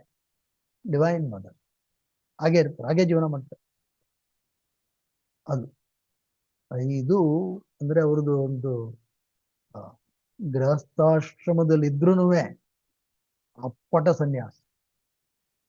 ಈ ಬಗ್ಗೆ ಸ್ವಾಮಿ ವಿವೇಕಾನಂದರು ಒಮ್ಮೆ ಅಮೆರಿಕಾದಲ್ಲಿ ಭಾಷಣ ಮಾಡ್ತಿರ್ತಾರೆ, ಮೈ ಮಾಸ್ಟರ್. ಈ ಘಟನೆ ಹೇಳ್ತಾರೆ, spiritual husband wife, no physical contact. ಅದಕ್ಕೆ ಇವ್ರುಗಳು ಯಾರೋ ವಿಸಿಟ್ ಪಾಸಿಬಲ್ ಅಂತ ಒಂದು ಸ್ವಲ್ಪ ಲಘುವಾಗಿ ಮಾತಾಡ್ತಾರೆ. ಆಗ ವಿವೇಕಾನಂದರು ಇದೆಲ್ಲ ನಿಮ್ಗೆ ಅರ್ಥ ಆಗಲ್ಲ ಅಂದ್ಬಿಟ್ಟು ಎದ್ದೋಗ್ಬಿಟ್ರೆ, ಇದೆಲ್ಲ ನಿಮ್ಗೆ ಹೇಳಿ ಪ್ರಯೋಜನ ಇಲ್ಲ, ನಿಮ್ಗೆ ಅರ್ಥ ಆಗಲ್ಲ ಅಂತ.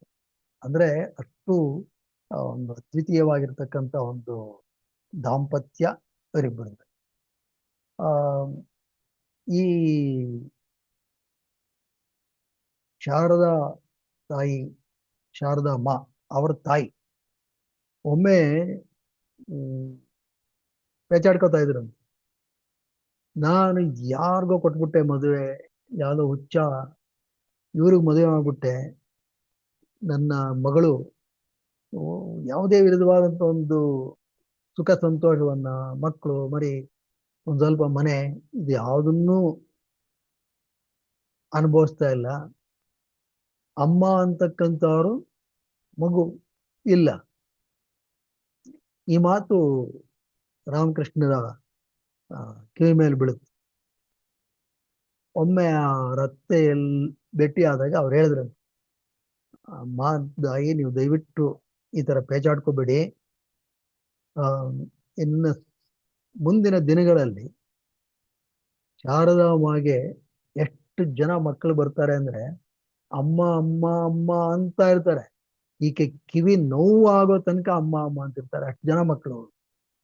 ಅದು ಮುಂದೆ ನಿಜ ಆಯ್ತು. ಯಾಕೆಂತ ಹೇಳಿದ್ರೆ ಆಮೇಲೆ ಇಡೀ ರಾಮಕೃಷ್ಣನ ಮಹಾಸಮಾಧಿ ಆದ್ಮೇಲೆ ಅವರ ಇಡೀ ಒಂದು ಶಿಷ್ಯ ವರ್ಗ ಎಲ್ಲರೂ ಶಾರದಾ ಮಾ ಆಕೆಯನ್ನೇ ಎಲ್ಲದಕ್ಕೂ ಅವಲಂಬಿಸ್ತಾರೆ. ಆಕೆ ಅವ್ರಿಗೆಲ್ಲ ಒಂದು ಭದ್ರವಾದಂತಹ ಒಂದು ವಿಶ್ವಾಸವನ್ನ ಕೊಡ್ತಾರೆ. ಅದು ರಾಮಕೃಷ್ಣದು. ಮತ್ತೆ ಒಮ್ಮೆ ಇಲ್ಲಿ ಅನೇಕ ಶಾರದಾಮ್ಮ ಅವರಿದ್ದಿದ್ದು ಒಂದು ಚಿಕ್ಕ ಕೊಠಡಿ, ಬಹಳ ಚಿಕ್ಕ ಕೊಠಡಿ, ಅಲ್ಲೇ ಅವರಿದ್ದಿದ್ದು. ರಾಮಕೃಷ್ಣ ಪರಮಹಂಸರ ಜೊತೆ ಇದ್ದವರಲ್ಲ. ಒಮ್ಮೆ ಏನಾಗುತ್ತೆ, ರಾತ್ರಿ ಒಬ್ಬ, ಅವ್ರ ಹೆಸರೇನೋ ಮರ್ತೆ, ಶಿಷ್ಯ ಇವ್ರ ಜೊತೆನೆ ಮಲಗಿರ್ತಾನೆ. ಅವನು ಎಚ್ಚರ ಆಗುತ್ತೆ, ಎಚ್ಚರ ನೋಡಿದ್ರೆ ರಾಮಕೃಷ್ಣ ಪರಮಹಂಸರು ಇಲ್ಲ ರಾತ್ರಿ. ಇವನಿಗೆ ಅನುಮಾನ ಬಂದು, ಏನಿಷ್ಟೆಲ್ಲ ಬೋಧನೆ ಮಾಡ್ತಾರೆ, ಪ್ರಾಯಶಃ ಆ ಕಡೆ ರೂಮ್ಗೆಲ್ಲ ಹೋಗಿರ್ಬೇಕು. ಕುತೂಹಲ ಶಾರದಾಮ್ಮ ಇದ್ದಂತ ಕೊಠಡಿ ಕಡೆ ಹೋಗಿ ನೋಡ್ತಾ ಇದ್ರು. ಆಮೇಲೆ ನೋಡೋ ರಾಮಕೃಷ್ಣ ಆ ಕಡೆಯಿಂದ ಎಲ್ಲೇನೋ ನಡ್ಕೊಂಡು ಬರ್ತೀಯ.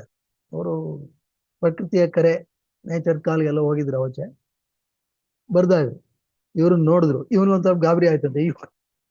ಆಗ ಅವರು ಹೇಳಿದ್ರಂತೆ, ಸರಿ, ಯು ಹ್ಯಾವ್ ಟು ಟೆಸ್ಟ್, ಪರೀಕ್ಷೆ ಮಾಡ್ಬೇಕು, ಪರೀಕ್ಷೆ ಮಾಡ್ಬೇಕಣಯ್ಯ, ಪರೀಕ್ಷೆ ಮಾಡ್ಬೇಕು, ಪರೀಕ್ಷೆ ಮಾಡೇ ಒಪ್ಕೋಬೇಕು, ಏನ್ ತೊಂದರೆ ಇಲ್ಲ ಅಂತ ಮಾಡ್ರು.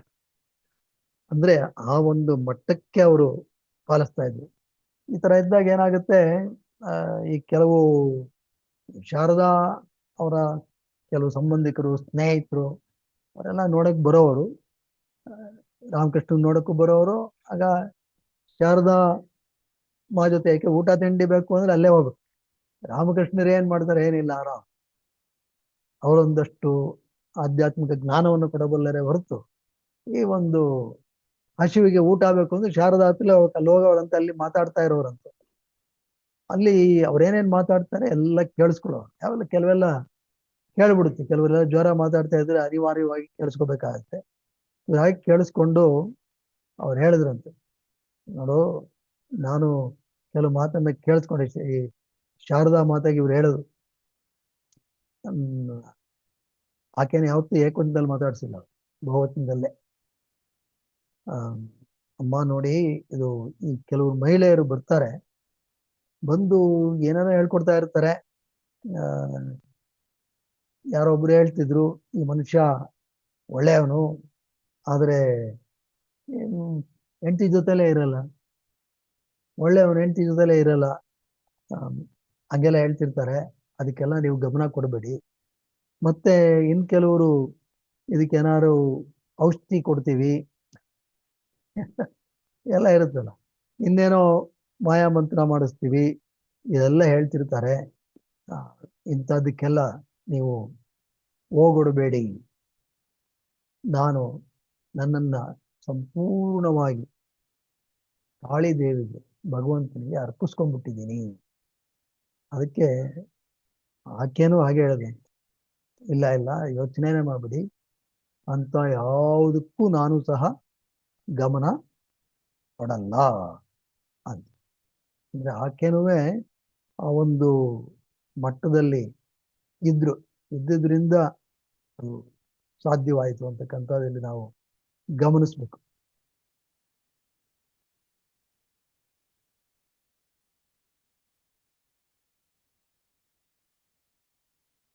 ಮತ್ತೆ ಈ ಆ,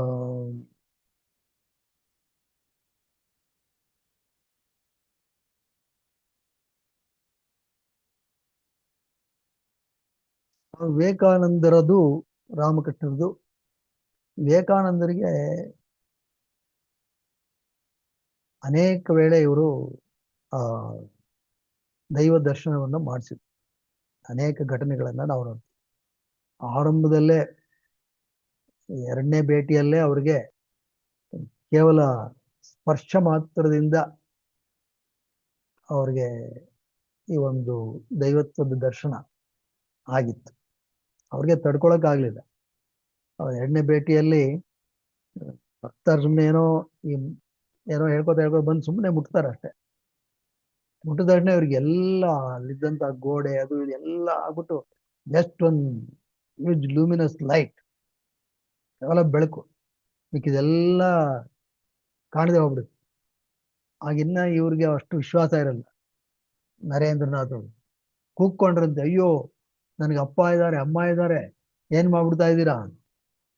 ಆಗ ಬಂದು ಅವರ ಪಾದವನ್ನ ಅವ್ರ ಎದೆಗೆ ತಾಕಿಸ್ತಾರೆ ವಿವೇಕಾನಂದರ, ನರೇಂದ್ರನಾಥ್ ಅವರಿಗೆ. ಆಗಿದ್ದೆಲ್ಲ ಸರಿ ಹೋಗಿ ಹೀಗೆ ಇದ್ದಂತಹದ್ದು. ಒಮ್ಮೆ ಸ್ವಾಮಿ ವಿವೇಕಾನಂದ ಹೇಳಿದ್ರಂತೆ, ನೀವು ನಮ್ಮನ್ನ ಇಷ್ಟೆಲ್ಲ ಪ್ರೀತಿಸ್ತೀರ, ಅಷ್ಟು ಪ್ರೀತಿಸ್ತಾ ಇದ್ದೀವಿ. ವಿವೇಕಾನಂದರು ಒಂದೆರಡು ಸಲ ಕಾಣ್ಲಿಲ್ಲ ಅಂದ್ರೆ ಚಡಪಡಿಕೆ.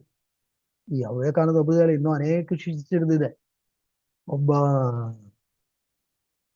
ಹೆಸರು ಯೋಗಿರಾಜ್ ಅಂತ, ಅವ್ರೇನ್ ಮಾಡ್ತಾರೆ, ಅಪ್ಪ ಅಮ್ಮನ ಬಲವಂತಕ್ಕೆ ಮದುವೆ ಮಾಡ್ಕೊಂಡಿರ್ತಾರೆ. ಮದುವೆ ಮಾಡ್ಕೊಂಡ್ಮೇಲೆ ಅಯ್ಯೋ ಇನ್ನ ರಾಮಕೃಷ್ಣನ್ ಮುಖ ತೋರ್ಸೋದು ಹೇಗೆ ಅಂದ್ಬಿಟ್ಟು ಬರೋದೇ ಇಲ್ಲ. ಏನ್ ಮಾಡಿದ್ರು ಬರಲ್ಲ. ಅವ್ರಿಗೊಂಥರ ಅಯ್ಯೋ ಬರೋದೇ. ಆಗ ಇವರು ಸರಿ ಇದಕ್ಕೆ ಮಾಡ್ತೀನಿ ಅಂದ್ಬಿಟ್ಟು ಸುಮ್ಮನೆ ಒಂದು ಸುದ್ದಿ, ಆಗ ಯಾವೆಲ್ಲ ಏನೋ ಕೆಲಸ ಮಾಡಿರ್ತಾರ ಅವರು, ನೋಡಿ ಅವ್ರಿಗೆ ಇಷ್ಟು ದುಡ್ಡು ಕೊಟ್ಟಿದ್ದೆ, ಇಷ್ಟು ದುಡ್ಡು ವಾಪಸ್ಸೇ ಕೊಟ್ಟಿಲ್ಲ ಹೇಳಿ. ಮನಿ ಅಂದ್ರೆ ಇದು ಆಲ್ಮೋಸ್ಟ್ ಚೀಟೆಡ್ ದಿ ಮನಿ ಅನ್ನೋ ಅಭಿಪ್ರಾಯ. ಇದು ಆ ವ್ಯಕ್ತಿ ಕಿವಿಗೆ ಬಿದ್ದ ತಕ್ಷಣ ಹಾ ಹಂಗನ್ಬಿಟ್ರ, ಏನಿದೆ ನನ್ನ ಹತ್ರ ದುಡ್ಡೇನಿಲ್ವಾ ಅಂದ್ಬಿಟ್ಟು ರೇಗ ಆಡ್ಕೊಂಡು ದುಡ್ಡು ಕೊಡಕ್ ಬಂದಂತೆ.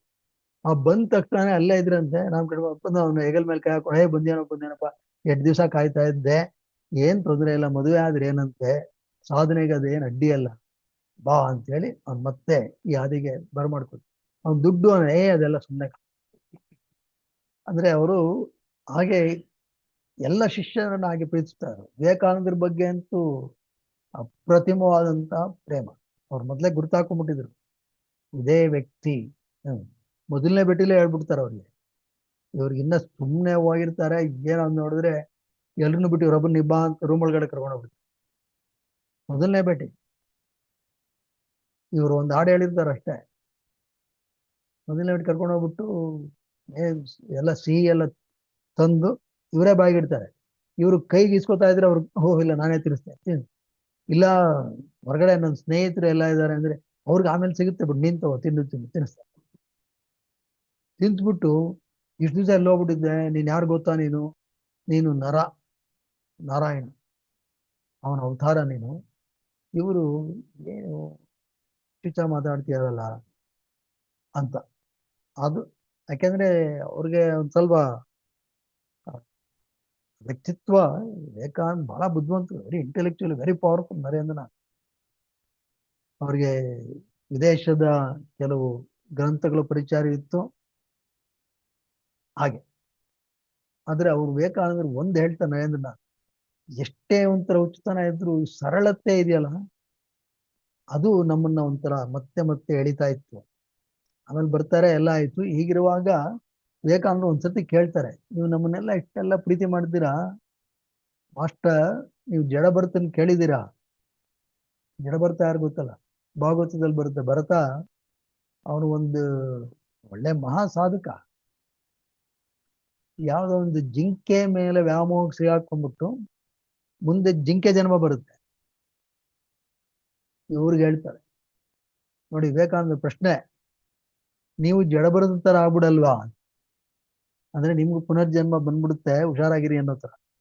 ಆಗ ಇವ್ರು ಕೊಡೋ ಉತ್ತರ ನೋಡಪ್ಪ ನರೇನ್, ಜಡ ಭರತ ಯಾವಾಗ ಆಗ್ತಾರ ಗೊತ್ತಾ? ಯಾರು ಒಂದು ಜಡ ವಸ್ತುವಿನ ಬಗ್ಗೆ ಯೋಚನೆ ಮಾಡ್ತಿರ್ತಾರೋ ಅವರು ಜಡ ಭರತರಾಗ. ಅಂದ್ರೆ ಜಿಂಕೆಯ ಒಂದು ಹೊರಮೈ, ಜಿಂಕೆಯ ಒಂದು ರೂಪಕ್ಕೆ ತಾನೇ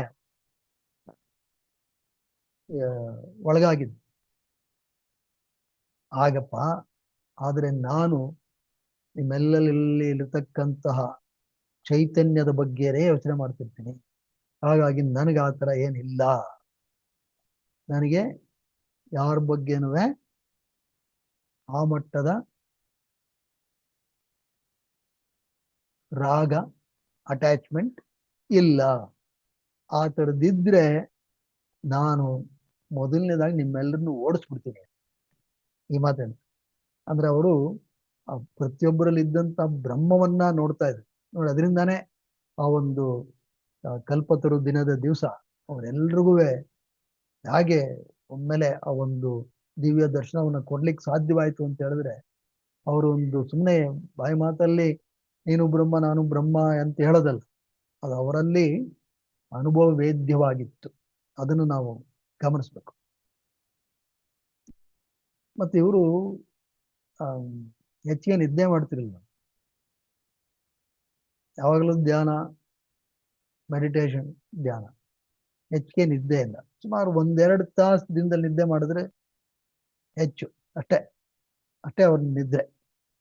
ಅವ್ರೇನ್ ಮಾಡೋರು, ಅವ್ರ ಜೊತೆ ಇದ್ದಂತಹ ವಿದ್ಯಾರ್ಥಿಗಳು ಮಲಗಿದ್ರೆ ಅವ್ರನ್ನ ಎಬ್ಬಿಸ್ಬಿಡೋರು ರಾತ್ರಿ. ಹೇಳಿ ಏನೆಲ್ಲ ಮಲ್ಕೊಂಡು ನಿದ್ದೆ ಮಾಡ್ತಾರೆ, ಸಾಧನೆ ಯಾವಾಗ ಆಗುತ್ತೆ ಅನ್ನೋದು. ಒಬ್ಬೊಬ್ಬರನ್ನ ಒಂದೊಂದ್ ಕಡೆ, ಒಬ್ರು ಕಾಳಿ ಟೆಂಪಲ್, ಒಬ್ರು ಶಿವ ಟೆಂಪಲ್, ಯಾರ ಒಲವು ಯಾವ ಕಡೆ ಇರುತ್ತೋ ಅಲ್ಲಿ ಹೋಗ್ಬಿಟ್ಟು ನೀವು ಅಲ್ಲೋಗಿ ಜಪ ಮಾಡಿ ಅಂತ. ಆ ಜಪ ಮಾಡ್ಕೊಂಡ್ ಬರ್ಬೇಕು. ಬಂದು ಆಮೇಲೆ ಇವರ ನಿದ್ದೆ. ಅವ್ರು ಯಾವಾಗಲೂ ಹೇಳೋದು ನೋಡಿಪ್ಪ, 3 ಥರದ ಜನ ನಿದ್ದೆ ಮಾಡಲ್ಲ. ಮೊದಲನೇವನು ಯೋಗಿ, ಅವನು ಯಾವಾಗಲೂ ಮನಸ್ಸನ್ನು ಆರಾಮಾಗಿ ಇಟ್ಕೊಂಡಿರ್ತಾನೆ, ಧ್ಯಾನ ಇದ್ರಲ್ಲಿರ್ತಾನೆ. ಎರಡನೇವನು ಯಾರು ಯಾವಾಗಲೂ ಒಂದು ಭೌತಿಕ ಆಸೆಗಳು, ಸೆನ್ಚುವಲ್ ಪ್ಲೆಜರ್ಸ್ ಇದರಲ್ಲಿ ಇರ್ತಾನೆ, ಅವನು ನಿದ್ದೆ ಮಾಡಲ್ಲ. ಮೂರನೇವನು ಕಾಯಿಲೆ ಇರೋ ವ್ಯಕ್ತಿ, ಸಿಕ್ ಪರ್ಸನ್. ಹಾಗಾಗಿ ನೀವೆಲ್ಲ ಯೋಗಿಗಳಾಗಬೇಕು ಅಂತ ಹೇಳ್ತಾರೆ ಅವ್ರು.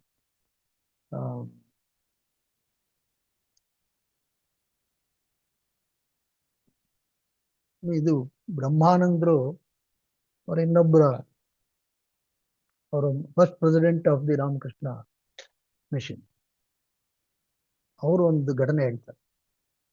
ಒಮ್ಮೆ ಯಾವುದೇ ವ್ಯಕ್ತಿ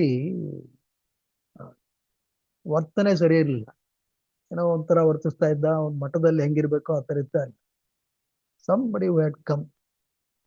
ಇವರು ಸ್ವಲ್ಪ ಅವ್ರು ಬೈದ್ರಂತೆ, ನೀನು ಹಿಂಗಿರ್ಬೇಕು, ಹಿಂಗೆಲ್ಲ ಇರಬಾರ್ದು, ಸ್ವಲ್ಪ ಗಟ್ಟಿಯಾಗಿ ಬೈದ್ಯ. ಯಾಕೆ ಅವ್ರಿಗೆ ರಾಮಕೃಷ್ಣರ ಬಗ್ಗೆ ಯಾರೇನು ಹೇಳಿದ್ರು ಅವರು ನಡೀತಿರ್ಲಿಲ್ಲ ಅಂತ ವ್ಯಕ್ತಿ. ಇದು ರಾಮಕೃಷ್ಣರಿಗೆ ಗೊತ್ತಾಯ್ತು. ಅವ್ರು ಹೇಳಿದ್ರಂತೆ, ನೋಡಪ್ಪ, ನೀನು ಯಾರ ಬಗ್ಗೆ ಈ ರೀತಿ ಕಠಿಣವಾಗಿ ಮಾತಾಡಬಾರ್ದು. ಅವ್ರದ್ದು ಏನೇ ಒಂದು ಲೋಪಗಳಿದ್ರೂ ನಾವು ಸಹಿಸ್ಕೋಬೇಕು. ಅವ್ರು ತಾನೇ ಎಲ್ಲೋಗ್ತಾರೆ. ನೀ ಈ ತರ ಬೈದು ಅವ್ರನ್ನ ಅಟ್ಬಿಟ್ರೆ ಅದು ಮಾಡಬೇಡ ನೀನು. ಈಗ ನೀನು ಅವ್ರ ಮನೆಗೆ ಹೋಗಿ ಅವ್ರ ಸರಿಯಾಗಿ ಮಾತಾಡ್ಸು. ಅವ್ರು ನಾಳೆ ಅವ್ರ ಮನೆಗೆ ಹೋಗು. ಅವರು ನಿನ್ನೆ ಏನಂದ್ರು ಅದನ್ನೆಲ್ಲ ಮರ್ತು ಬಿಡು. ಈಗ ನಾಳೆ ಹೋಗಿ ಅವ್ರನ್ನ ಮಾತಾಡ್ಸು. ಮಾತಾಡಿಸ್ಬಿಟ್ಟು ಕ್ಷಮೆ ಯಾಚಿಸು. ಇವ್ರು ಹೋಗಿ ಮಾತಾಡಿದ್ರು. ಚೆನ್ನಾಗಿ ಮಾತಾಡಿ ಬಂದು, ಏನು ಹೋಗಿದ್ಯಾ? ಹೋಗಿದ್ದೆ. ಸರಿ, ನನ್ನ ನಮಸ್ಕಾರಗಳನ್ನ ಅವ್ರಿಗೆ ತಿಳಿಸಿದ್ಯಾ? ಇಲ್ವಲ್ಲ. ಹೋಗು ಮತ್ತೆ ಹೋಗಿ ನನ್ನ ನಮಸ್ಕಾರಗಳನ್ನ ತಿಳಿಸ್ಬಿಟ್ಟು ಬಾ. ಇವರು ಮತ್ತೆ ಹೋದ್ರು. ಹೋಗ್ಬಿಟ್ಟು ಏನು ಬಂದ್ರಿ ಅನ್ನಂತ ಆ ವ್ಯಕ್ತಿ, ಏನಿಲ್ಲ, ನನ್ನ ಮಾಸ್ಟರ್ ನನ್ನ ನಮಸ್ಕಾರಗಳನ್ನು ತಿಳಿಸು ಅಂತ ಹೇಳಿದ್ದಾರೆ. ಅವರ ನಮಸ್ಕಾರಗಳನ್ನ ನಿನಗೆ ತಲುಪಿಸ್ತಾ ಇದ್ದೀನಿ. ಆಗ ಅವರಲ್ಲಿ ಅದ್ಭುತವಾದಂಥ ಪರಿವರ್ತನೆ. ಆತ ಅಳಕ್ ಶುರು ಮಾಡ್ಬಿಟ್ಟು, ಅಯ್ಯೋ ಇಂಥ ವ್ಯಕ್ತಿತ್ವ, ನಾನು ಹೆಂಗೆ ನಡ್ಕೊಂಡ್ಬಿಟ್ಟೆ. ಆಗ ಅವರಲ್ಲಿ ಪರಿವರ್ತನೆ ಬಂತು. ಆ ಬ್ರಹ್ಮಾನಂದರು ಬಂದಾಗ ಹೇಳಿದ್ಯಾನಂತೆ, ಹೇಳ್ದೆ ಹಿಂಗಾಯ್ತು ಅಂತೆ. ಆಗ ಇವ್ರು ಹೇಳಿದ್ರಂತೆ, ನೋಡಪ್ಪ, ನೀನು ನೆನ್ನೆ ಮಾಡಿದ್ದಂತ ಒಂದು ಕೆಟ್ಟ ಕಾರ್ಯ ಅದು ಈಗ ನಿರ್ಗಮನ ಆಯ್ತು. ಯು ಆರ್ ಪಾರ್ಡನ್ಡ್ ಅಂತ. ಅಂದ್ರೆ ಅವ್ರು ಎಷ್ಟು ಎಲ್ಲರ ಬಗ್ಗೆ ಆ ಒಂದು ಎಲ್ಲರಲ್ಲೂ ದೈವತ್ವವನ್ನ ಹೇಗೆ ಕಾಣ್ತಾ ಇದ್ರು ಅನ್ನೋದು ಇಲ್ಲಿ ನಾವು ಸ್ಪಷ್ಟವಾಗಿ ಗಮನಿಸ್ಬೇಕು. ಇಂಥ ಒಂದು ಅದ್ಭುತ ವ್ಯಕ್ತಿ ನರೇಂದ್ರನಾಥ್ ಅವರನ್ನ ಸಿದ್ಧತೆ ಮಾಡೋದ್ರಲ್ಲೂ ಇವರು ಬಹಳ ದೊಡ್ಡ ಪಾತ್ರವನ್ನ ವಹಿಸಿದ್ರು. ವಹಿಸಿ ಅವರು ಮಾಡಿದಂಥ ಒಂದು ಅದ್ಭುತ ಕಾರ್ಯ ಇವತ್ತಿಗೂ ನಾವು ನೋಡ್ತಾ ಇದ್ದೀವಿ. ಹಾಗಾಗಿ ರಾಮಕೃಷ್ಣ ಪರಮಹಂಸರು ಎಂಥ ವ್ಯಕ್ತಿತ್ವ ಅಂತ ಹೇಳಿದ್ರೆ, ಅವರು ಕೇವಲ 50 ವರ್ಷ ಇದ್ರು ಅನ್ಲಿಕ್ಕೆ ಆಗಲ್ಲ. ಅವ್ರು ಎಂದೆಂದಿಗೂ ಇರ್ತಕ್ಕಂಥವ್ರೆ. ಯಾಕೆ ಅಂತ ಹೇಳಿದ್ರೆ, ಯಾವುದೇ ವ್ಯಕ್ತಿ ಆಗ್ಲಿ ಒಂದು ಜನನ ಮರಣ, ಕೇವಲ ಜನನ ಮರಣದಿಂದ ಚರಿತ್ರೆ ಆಗ್ಲಿಕ್ಕೆ ಸಾಧ್ಯ ಇಲ್ಲ. ಜನನ ಮರಣದ ನಡುವೆ ಏನು ಮಾಡ್ತೀವಿ ಅದರಿಂದ ಚರಿತ್ರೆ ಬರೆಯಲ್ಪಡುತ್ತೆ. ಅಂತ ಒಂದು ಅದ್ವಿತೀಯವಾದಂತಹ ಚರಿತ್ರೆಯನ್ನ ಬರೆದವರಲ್ಲಿ ರಾಮಕೃಷ್ಣರು ಬಹಳ ಅದ್ಭುತವಾದಂತಹ ವ್ಯಕ್ತಿ. ಮತ್ತೆ ಅವರ ಕಾರ್ಯ ನಾವೆಲ್ಲರೂ ಗಮನಿಸ್ಬೇಕು. ಅವರೇನು ಎಲ್ಲೂ ನಾನೇ ಎಲ್ಲೋ ಹೋಗಿ ಏನೋ ಮಾಡ್ತೀನಿ ಎಂದವರಲ್ಲ. ಅವರು ಒಂದು ಒಳ್ಳೆಯ ಶಿಷ್ಯ ವರ್ಗವನ್ನ ನಿರ್ಮಾಣ ಮಾಡಿದ್ರು. ಅವರು ಒಂದು ಹಂತದಲ್ಲಿ ಎಲ್ಲ ಕೂಗಿ ಕೇಳ್ಕೊಳ್ಳೋ, ಯುವಕರೇ ಬನ್ನಿ, ಆಧ್ಯಾತ್ಮಿಕ ಸಾಧನೆಯತ್ತ ಗಮನ ಕೊಡಿ, ಬನ್ನಿ ನನ್ನಲ್ಲಿ, ನಾನು ನಿಮ್ಗೆ ಹೇಳ್ಕೊಡೋದು ಬಹಳಷ್ಟಿದೆ. ಹಾಗೆ ಇದ್ದಂಥವ್ರು. ಹಾಗಾಗಿ ಶಿಷ್ಯರನ್ನ ತಯಾರು ಮಾಡಿದವರಷ್ಟೇ ಅಲ್ಲ, ಗುರುಗಳಿಗೆ ಗುರುವು ಅಂತಲೂ ಹೇಳ್ತಾರೆ. ಇವರಿಗೆ ಗುರುವಾಗಿ ಬಂದವರಲ್ಲಿ ತೋತಾಪುರಿಗಳು, ಹಿಂದೆ ಹೇಳಿದ್ವಿ ತೋತಾಪುರಿ, ಇವರು ಕಾಳಿ ಭಕ್ತರು. ತೋತಾಪುರಿಗಳು ಬಂದು ಇವರಿಗೆ ಅದ್ವೈತದ ಪಾಠವನ್ನು ಮಾಡ್ತಾರೆ. ಇವರು ಅದನ್ನು ಒಪ್ಕೋತಾರೆ. ಒಪ್ಕೊಂಡು ಅದ್ವೈತ, ಅದನ್ನು ಕಳೆದ ಬಾರಿ ಹೇಳಿದ್ವಿ, ಅವರು ಅದ್ವೈತದ ಉನ್ನತ ಮಟ್ಟವನ್ನು ಮುಟ್ಟಿ ತೋತಾಪುರಿಗಳಿಗೆ ಕಾಳಿಯ ಮಹಿಮೆಯನ್ನು ತೋರಿಸ್ತಾರೆ. ಆಗ ತೋತಾಪುರಿಗಳು ಇವರನ್ನ ನೀವು ಗುರುಗಳು ಅಂತ ಒಪ್ಕೋತಾರೆ. ಆ ಒಂದು ಮಟ್ಟದ ಒಂದು ವ್ಯಕ್ತಿತ್ವ ರಾಮಕೃಷ್ಣ ಪರಮಹಂಸರು. ಅವರ ಬಗ್ಗೆ ನಾವು ಆಗಾಗ್ಗೆ ತಿಳ್ಕೊಂಡಷ್ಟು ಬಹಳ ಮುಖ್ಯವಾಗಿ ನಮಗೆ ಗೊತ್ತಾಗ್ತಕ್ಕಂಥದ್ದು ಅಂತ ಹೇಳಿದ್ರೆ ಆ ಒಂದು ಸರಳತೆ.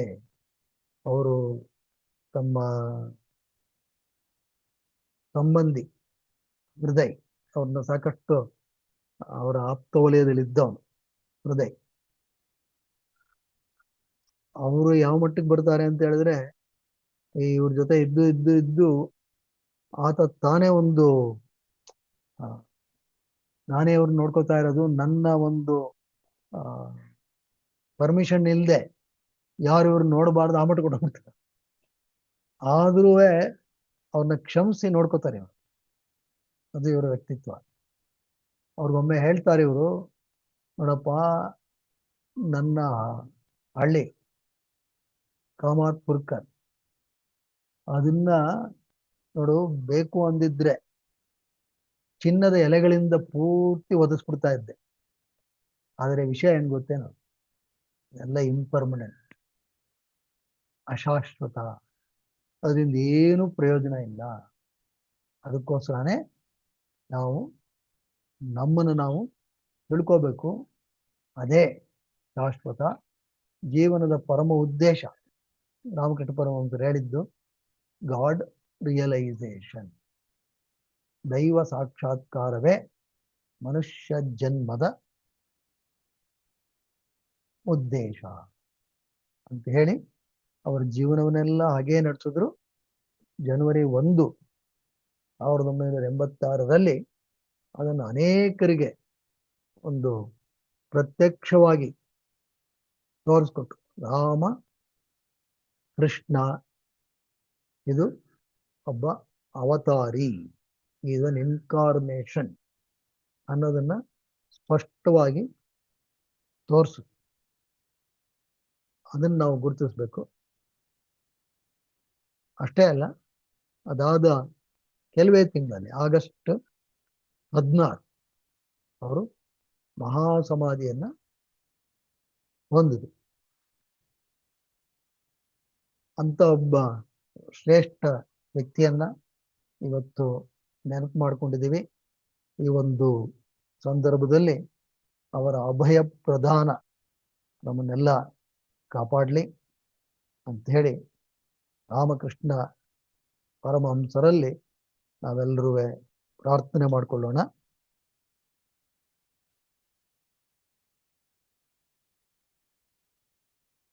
ಓ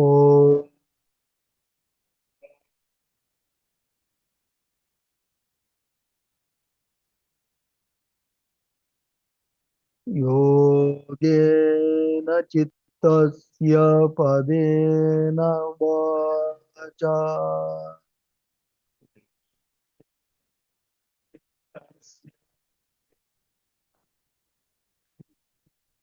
ಮಲಂ ಶರೀರಸ್ಯ ಚ ವೈದ್ಯಕೇನ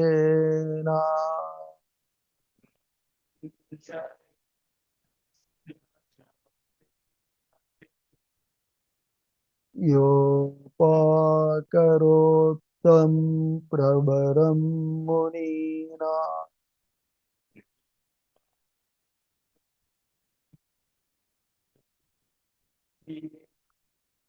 ಪತಂಜಲಿಂ ಪ್ರಾಂಜಲಿರಾನತೋಸ್ಮಿ.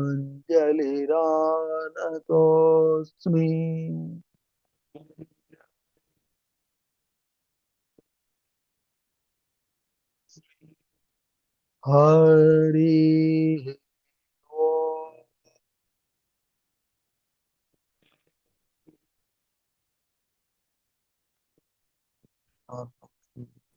ಶುಭಮಸ್ತು. ನಮಸ್ಕಾರ ಸರ್. ನಮಸ್ಕಾರ ಗುರುಗಳೇ. ನಮಸ್ತೆ. ನಮಸ್ತೆ ಸರ್. ನಮಸ್ತೆ ಸರ್. ನಮಸ್ತೆ ಸರ್. ನಮಸ್ಕಾರ ಸರ್. ನಾಳೆನೂ ಇದೇ ಲಿಂಕ್ Thank you, ಇರುತ್ತಂತೆ sir. ಕ್ಲಾಸ್ಗೆ. ನಮಸ್ತೆ. ಓಕೆ ಆಯ್ತು ಗುರುಗಳೇ.